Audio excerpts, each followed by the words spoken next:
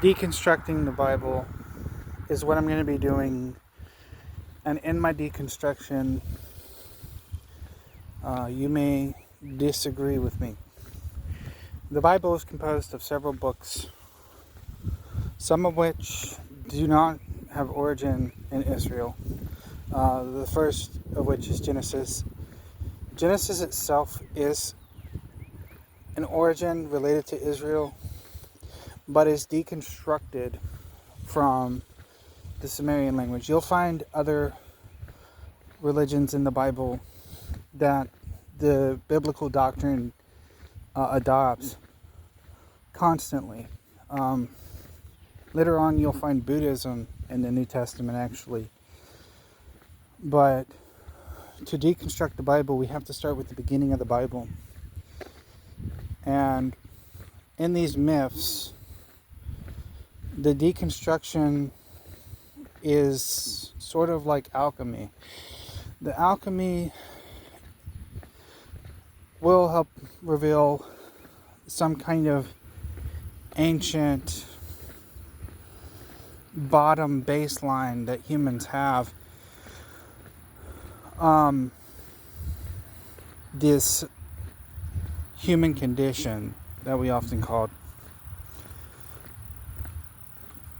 But this is the importance.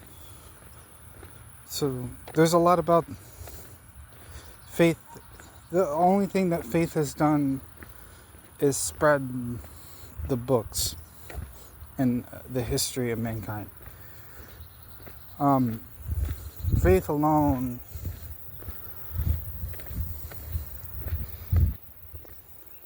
is not going to help you be wise, if you know what wisdom is. And faith alone is not going to help you have clarity. Clarity is very important. And faith alone is not going to help you have compassion, unless you have faith in compassion.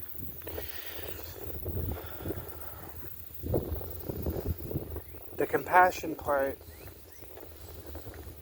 is part of the revelation. And this is going to stick throughout all themes of religion, is compassion. They always get one thing right. This one thing is going to be the thing that sticks, even though there's warped versions of compassion. So, to talk about the Garden of Eden, we first go to the origin, and its origin is in Samaria. Not that the world was created in 6 days. That the book was created in Samaria. And the meaning of the book is what happens to you when you get told what to do. When you get told what's good and evil. In fact, it's two sides of the same coin. It's also what happens to you when you choose wisdom. It's very odd. It's two sides of the same coin. It's what happens to you when you get told what to do, and it's what happens to you when you choose wisdom. We'll deconstruct the first part, and then we'll deconstruct the second interpretation. Both interpretations are very important. So, in the first interpretation, which people are going to eat, who are Christians, are going to eat better than the second interpretation. But the second interpretation is the Shadow Bible, the alternate of the Bible. Basically, the other side of this interpretation, the side that you're missing, maybe. What happens is the apple, per se, figuratively, it's not an apple. The fruit of the tree of knowledge of good and evil is the rules that you're given. And the should and shouldn'ts that you're given. The shouts and shall nots that you're given. And when you're given the commandments, you have ceased being yourself. You have ceased being truly who you are.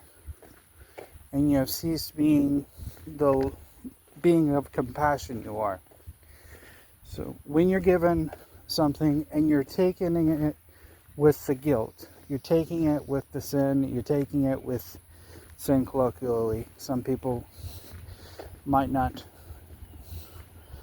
receive the word sin so well. And you're taking it with the karma. So I'm speaking to all religions. I'm speaking to all peoples of faith and all peoples. So I have to use different terms that everybody can understand.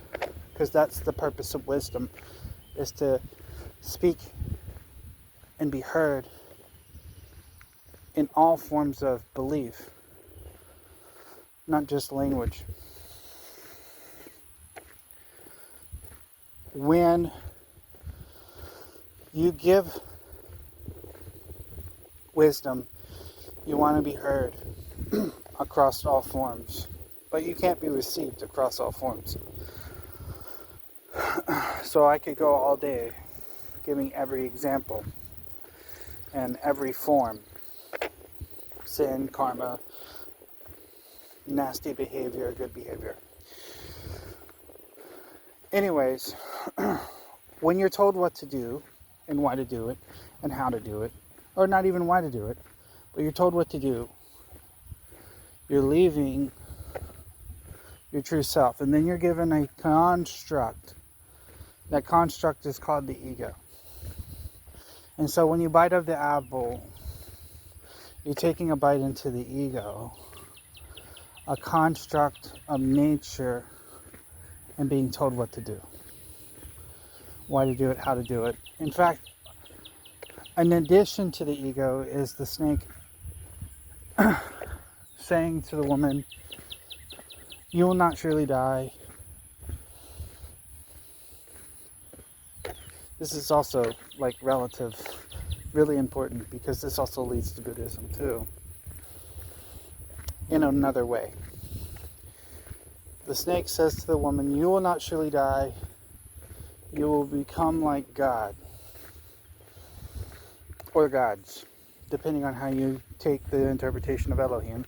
Because Elohim has two meanings. Yes, it's plural, but Elohim also, like the plural in Hebrew, also means capitalization. I understood this way long ago. So you'll become like God. You'll see like God. You won't surely die, but you'll see like God. And that's when you take the apple. You see like God. There is a death, though. And I'll touch on that later. It's not a physical death. And there's also a physical death too, but I'll touch on both of these. And this is going to cover the tree of life. But the tree of life is later, that's Kabbalah, etc., blah, blah, blah. These are all constructs of the Bible. There is a second interpretation. The second interpretation is you've been living in La La Land, and somebody, the boss, the preacher, or God, what you believe to be God, says, you can have everything. What does that sound like? This is why it's not the favorite. Because it doesn't sound like a good God. You can have everything you want except that one thing. You know, you can have all the kingdoms in the world except this one thing. And this one thing is the knowledge of good and evil. Once you take a bite of the knowledge of good and evil, you die, but you awaken. In awakening, you die. That is the meat, because you can't go home. You can't return to what you believed before. When you take a bite of the knowledge of good and evil, when you take a bite of wisdom, when you take a bite of wisdom of suffering, when you take a bite of wisdom of desire, and when you take a bite of wisdom and compassion, the type of wisdom you have, you can't just go back to ignorance and bliss. This is the bliss of Eden, the bliss of illusion and deception. Now, you can receive these in both ways. You can say, well, God must be good because God is a God of bliss. Or you can receive this in, well, God must be deceptive. This is the Gnostic view. Either way you receive this, both God and the serpent are telling you the truth. The only difference is God is tempting you by saying, don't eat of the tree. And Satan is tempting you with the serpent, not Satan. So Satan doesn't exist yet in the biblical construct. In the Samaritan version, the serpent, the wise serpent, is tempting you by telling you the blessing of the fruit. And the blessing of the fruit is you'll see like God. He's just leaving out the death part. And God's saying,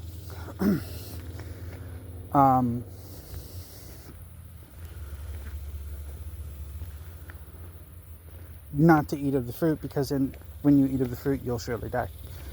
But the fruit becomes edible when the serpent says, you'll see like God. This is a metaphor. This metaphor becomes a Christian metaphor later on. A lot of stories in the Bible, there are a lot of metaphors in the Bible, and a little bit of history in the Bible, but this is the foundation for something that occurs in Buddhism and something that occurs in Christianity. That's why they have similarities on top of the fact that Buddhism came 400 or 500 years before the New Testament. Way longer than that, actually. But, and on top, well, the introduction of Buddhism came 300 years before Christianity to Greece, Rome, etc., the Middle East. When Buddhism came to the Middle East, the monotheism comes from Zoroastrianism, which came about the same time that the Dead Sea Scrolls appeared. There's a lot of really, really interesting stuff here to take in, other than the Book of Genesis, which came about, which can be found all the way to Samaria. That's like the one of the few books. The second book, the Book of Exodus, might have whispers in Egypt with the God Yahweh. Yes, the God Yahweh is mentioned in Egypt. Really interesting stuff. But Egypt, of course, being Egypt, doesn't see God the way that the Israelites see God. So they give God a different label. The Egyptians, of course, call God the war god, just as the Gnostics call God the demiurge. There are lots of names for God. In fact, when about 300 BC, the Jews, or the Hebrews, I guess, different name, Israelites, threw God's name into, there's this thing that predates Kabbalah, and it has to do with the triangle religion. The triangle, you can be reminded of Pythagoras created a triangle religion of mathematics and said that the universe is built on mathematics. And so what the Jews did was they threw God's name into this triangle, and divided it up into 72 names. And there's more names than that. They discovered in the 72 of the 72 names. There's like a lot more names than that. And basically said, the grand sum total of this is all the names of God. Interesting enough. I don't know why the Jews decided to do that. But they did that, and then that created a whole nother branch of Kabbalah. Just like people did with the Bible code, like they did later on, they did things with the Bible code. And then they found a 108 letter Bible code one day. They wrapped around the Tanakh 8 times. And you'll find that Bible code says at the end of it to shatter its root Buddhist. You know, not that the Bible code is from God. Could be a coincidence, could be luck, or it could be a blessing. I don't know. Could be because it was written a certain way perfectly. It could be the intention of the authors, like when lots of authors died, but it could be that they ever so slightly written one word here, one word there to make the Bible code. I don't know. It could be intelligently designed by the authors due to the scribes saying, maybe we'll just take out this letter and add this word. Or it could be like they found a code in Moby Dick where it just happened to be luck that it sets this weird stream of words. You know, it's not uncommon for a code to pop up in a book. Anyways, there's a meaning later on found also. This is the whole meaning of Christ. And what Christ says is striking to resemblance of the moral of the story of the Garden of Eden. Whether you take it one way or another, understanding the death part. Christ said that you have to live as though you are dead. And a lot of people might scratch their heads at what the heck that means. Dead, like, how do you mean dead? Like, do you mean like, I can't want anything dead? I can't desire to be tempted by anything dead? How do I do anything if I can't want anything? How do I behave if I can't even begin to want? You know, a lot of people will be confused by this. They'll say, well, then it's too hard to do it. It's way too hard to live this way. It's so hard to live this way. That's why he died for us. And so they forget the whole meaning altogether. And the meaning goes down to awakening or enlightenment. And what happens is egoic death, which feels like spiritual death. And the alchemists, or not alchemists, the Kabbalists, which are a type of alchemists actually, if you go far enough, the people of magic or whatever, will say this is the tree of death. And so what they're doing is they're trying to embrace albedo instead of negredo.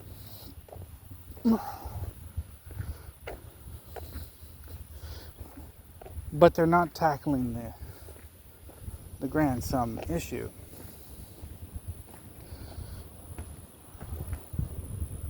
The grand sum beauty of the blessing. And the beauty of the blessing and being awakened to the point where in wisdom you kill yourself, in the words yourself meaning the ego, is that you see reality for what it is. You see that everything is one.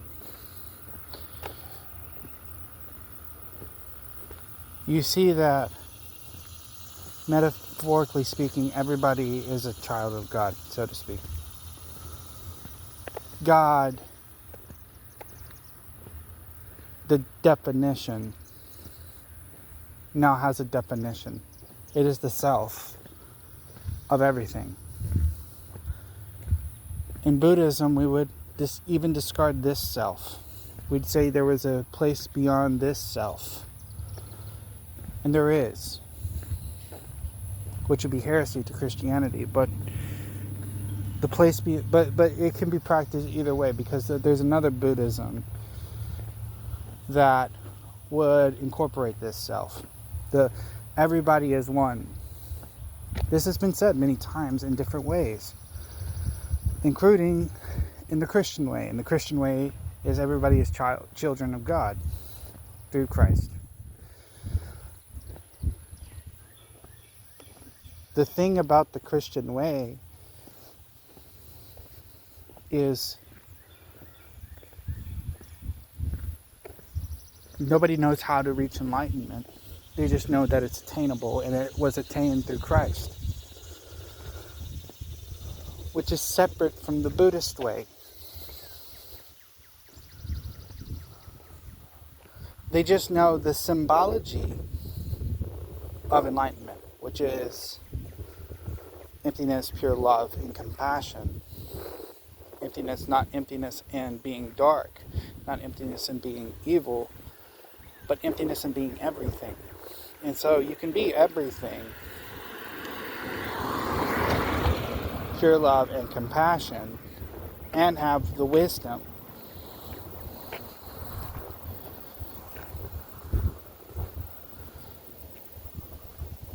Metaphorically speaking, of Solomon. That is, to see things the way they are.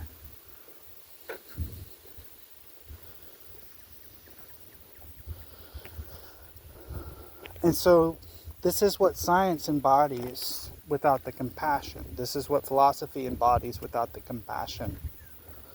To see things the way they are.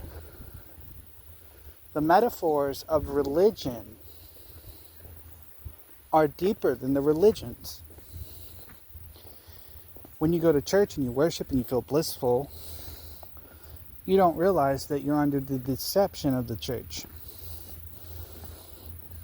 This blissful feeling is not holiness. This bliss is deception. It is delusion. This is why when you leave, you don't feel that anymore. Or if you continue to go, you're no longer in the bliss. And now you're like thinking, well, I'm not in the spirit anymore. Whereas, when you understand the truth and the fact of things, you retain the nirvana, or you retain liberation. Liberation from the world. One thing Christ said is, those who love the world, He doesn't like those who love the world. He said of those who love the world, they will not enter the kingdom of heaven. He also said that the kingdom of heaven is here. So heaven is not a place of gold or things. We fantasize what the kingdom of heaven is. It's not a place of gold or things. It's because it's a metaphor for how you see the world. You see the world the way you would see it in philosophy.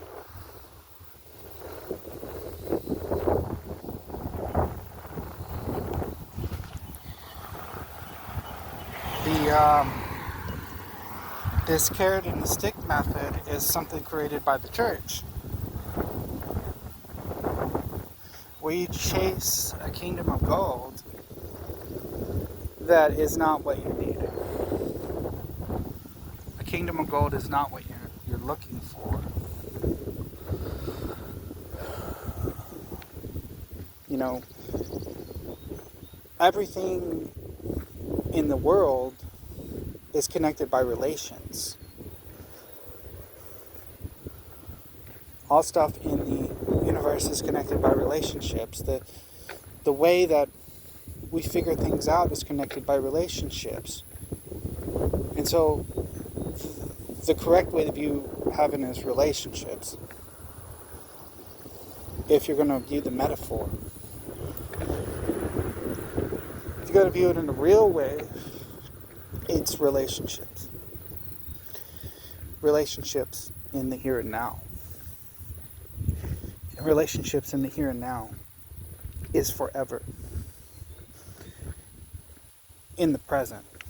Of course, this is impermanence when it's no longer present.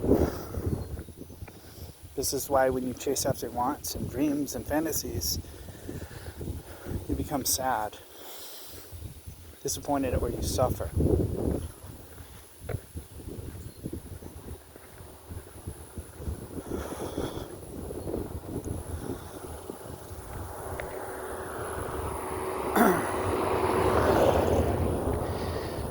So,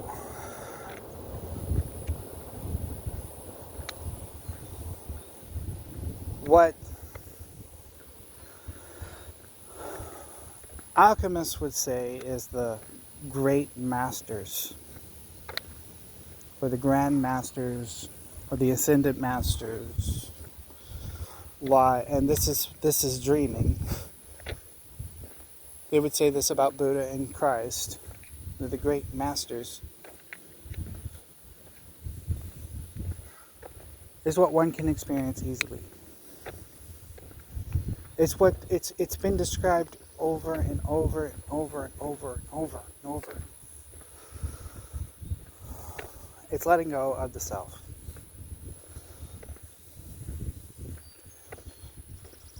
Literally. That is it. It's letting go of the ego. Or it's integrating the ego. It's one of the two. It's living with the ego as you don't recognize it as you anymore. Or it's letting go of it completely. Because when you let go of the things that happen to you and these thoughts that were given to you by others, these random thoughts that have nothing to do with the true you,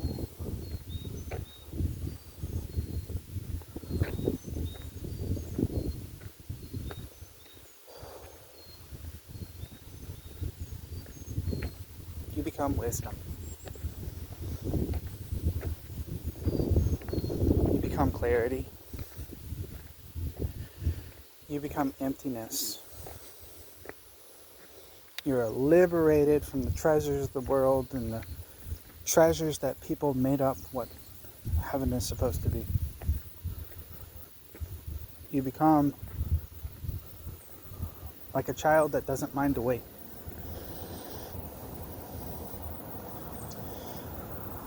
Not ignorance,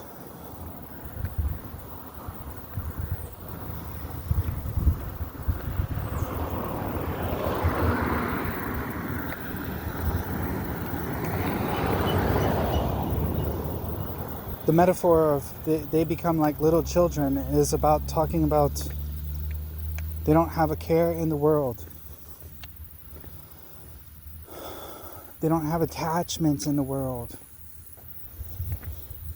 That's what that meant. Children, they hit each other. Children are not always in bliss. Children sometimes see the world for the way it is. That's what that meant. Not adolescents, not babies, children.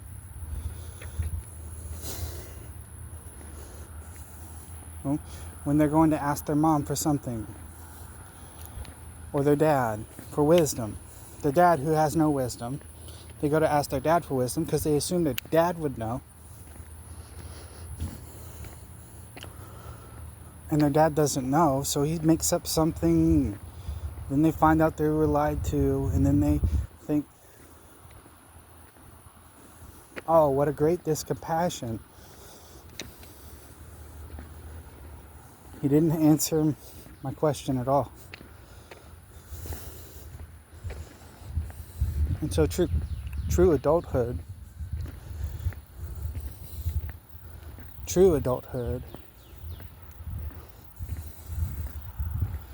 is clarity and wisdom,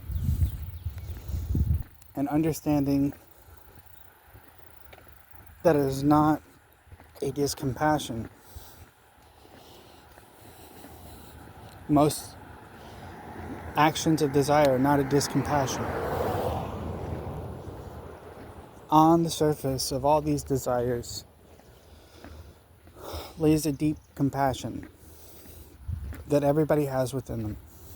This is why everybody can be forgiven. They don't recognize what this means, to be forgiven. They don't know what it means.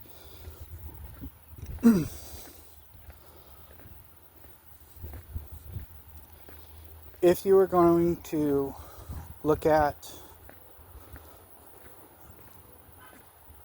any type of desire and search its causal chain, or let's look at any kind of sin. For Christians, we'll look at any kind of sin.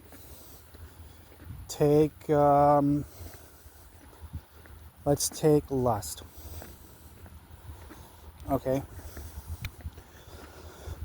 Take lust and say, why does somebody desire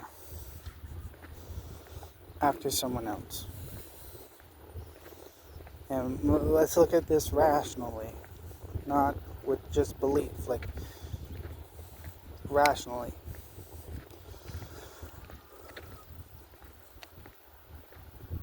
Well, they lust after other people because they feel lonely. Or they want to satisfy a primal urge. There's one of two things. They want to satisfy a primal urge. Either way, it's going to lead to the same conclusion, I promise.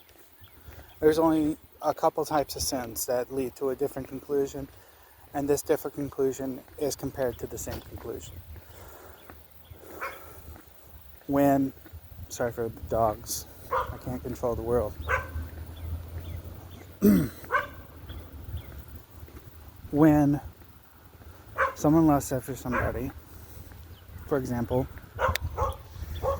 they feel the reason why they desire after someone is because of two reasons. That is because they feel lonely, or that is because of a primal urge. Right? Well, why do they have a primal urge? Because they love themselves. Well, why do they love themselves? Because of compassion for themselves. The other side of this coin is why do they lust after someone? It's because they feel lonely. Why do they feel lonely? Because they love themselves and they don't know. They believe that others don't love them. So they love themselves, but they don't know why they're not loved. Or they don't know why they believe they're not loved. And because they love themselves, they have compassion for themselves. So at the root, it is compassion. There are some other sins. For example, let's talk about murder. Why does somebody murder? Some of these unspeakables, if you actually look at them from a rational perspective, you'll find out something really unique.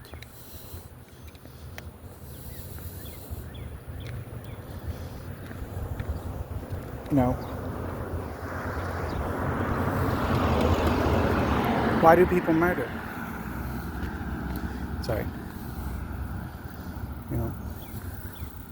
Why do people have a desire to murder? And we can name a whole list of things of why people would want to murder.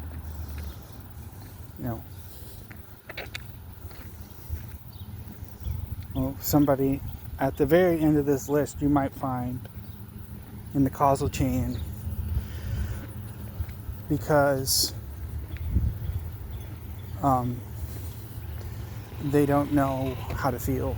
They don't know how to feel because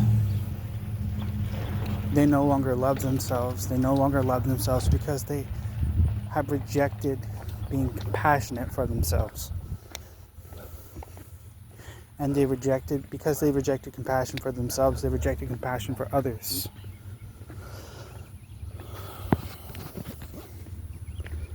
This is the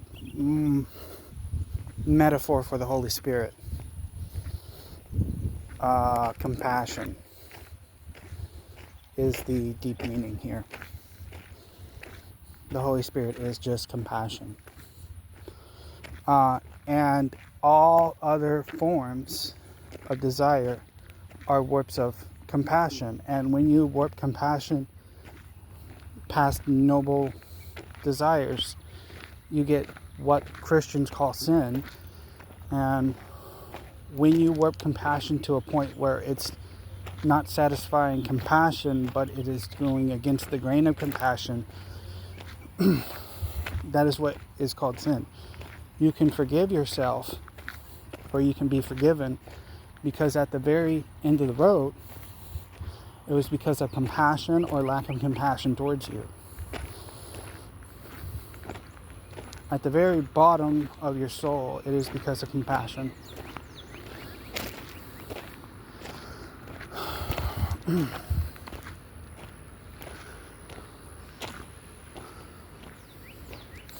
That's why you can't say, you're not supposed to say that the Holy Spirit can't forgive you. Because the Holy Spirit is the one thing that can, given that the Holy Spirit is compassion. It would be blaspheming the Holy Spirit in Christian mythology or Christian religion. When you understand it critically, you can see where the reason is. The reason's not in the myths or the symbols or the literal beliefs or the metaphors for what Christ did, magical stuff Christ did. It is the miracle of Christ is not the making 1 billion fish out of one fish. The miracle is becoming enlightened, being clear-headed, and having compassion for those beings of the world who are suffering. And this is the same miracle in Buddhism. It's just not sugar-coated. It's not sugar-coated with the carrot and the stick. The Buddhism mentions great compassion, but it fails to see the root. The same thing that Christianity fails to see, the root of sin and the root of desire, the root of worldly desire. It inevitably leads to compassion that's been warped and twisted. And another word you could say for karma could be a phrase, could be compassion and discompassion, because compassion requires intention. Perhaps. It doesn't require compassion with intention and discompassion with intention. Because karma is intention. Things, bad karma and good karma are intention with compassion or discompassion. And that's where you can get guilt, sorrowfulness, and all this other things. Saying, well, why does all this bad stuff happen to me? Could be karma. Would be good enough to call karma without literal bad things happening to you.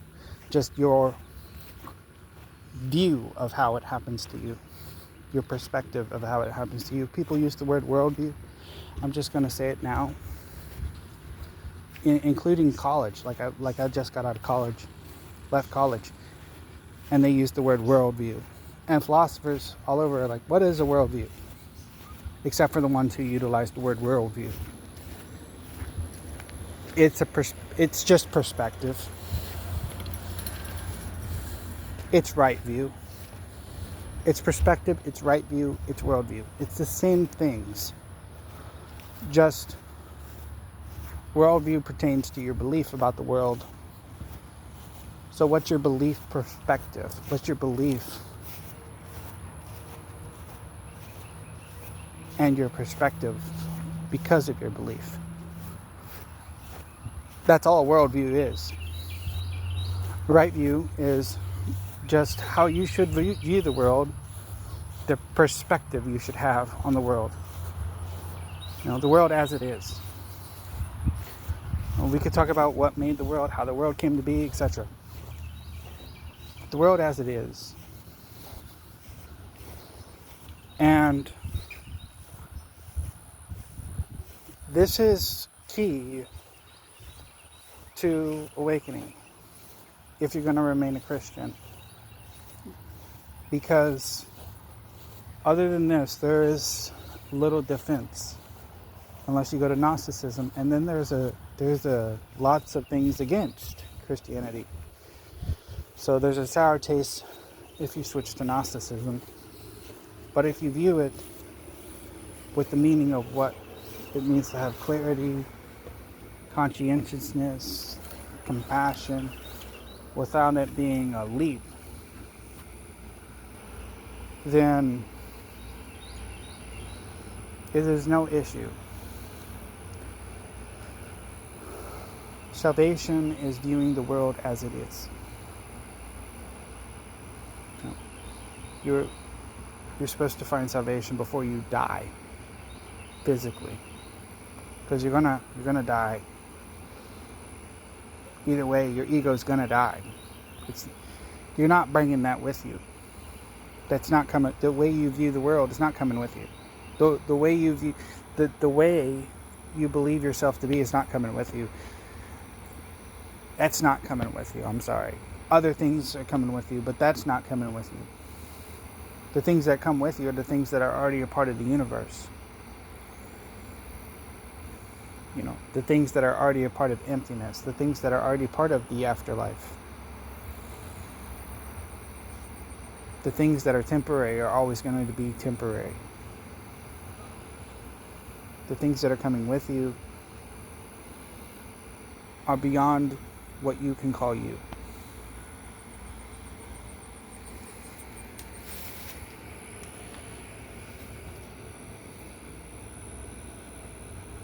Your great deeds aren't coming with you. Your good deeds aren't coming with you. Your bad deeds aren't coming with you. But the reason to do anything at all beyond desire is compassion.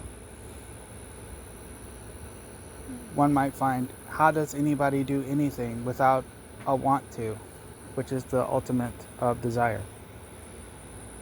And that is with great compassion.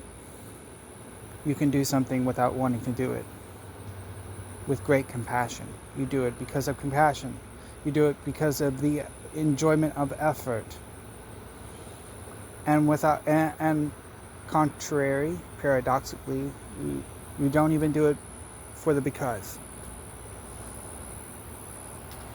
That is great wisdom. That is the number one truth in the Bible. Is the compassion, not anything else.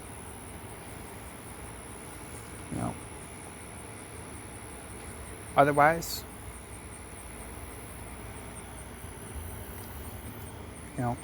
Jesus is to be worshipped, just as for Buddha is to be worshipped. Instead of be called a friend who showed you compassion, to show you how to be a certain way, how to act a certain way without the burdens of the world. A friend is different. A teacher is different than an idol to be worshipped.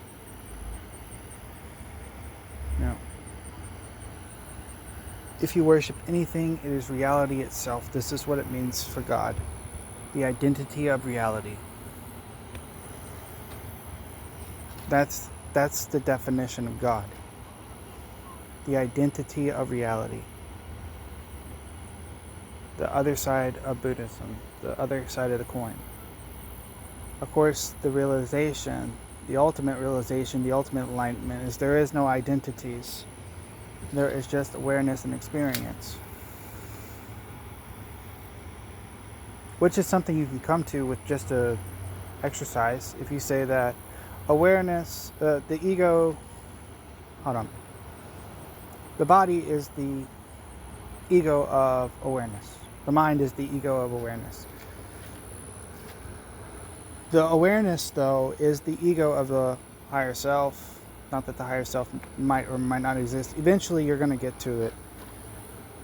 The higher self is the ego of God. That is, the spirit, in its purest form, is the ego of God. In its purest identity is the ego of God.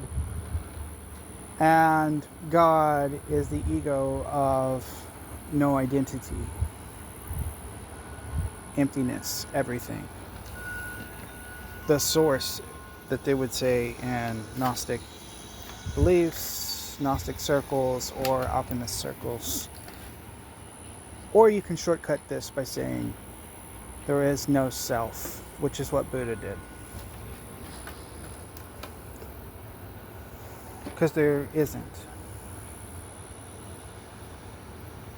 Self is just a construct of thoughts. And thoughts are subjective.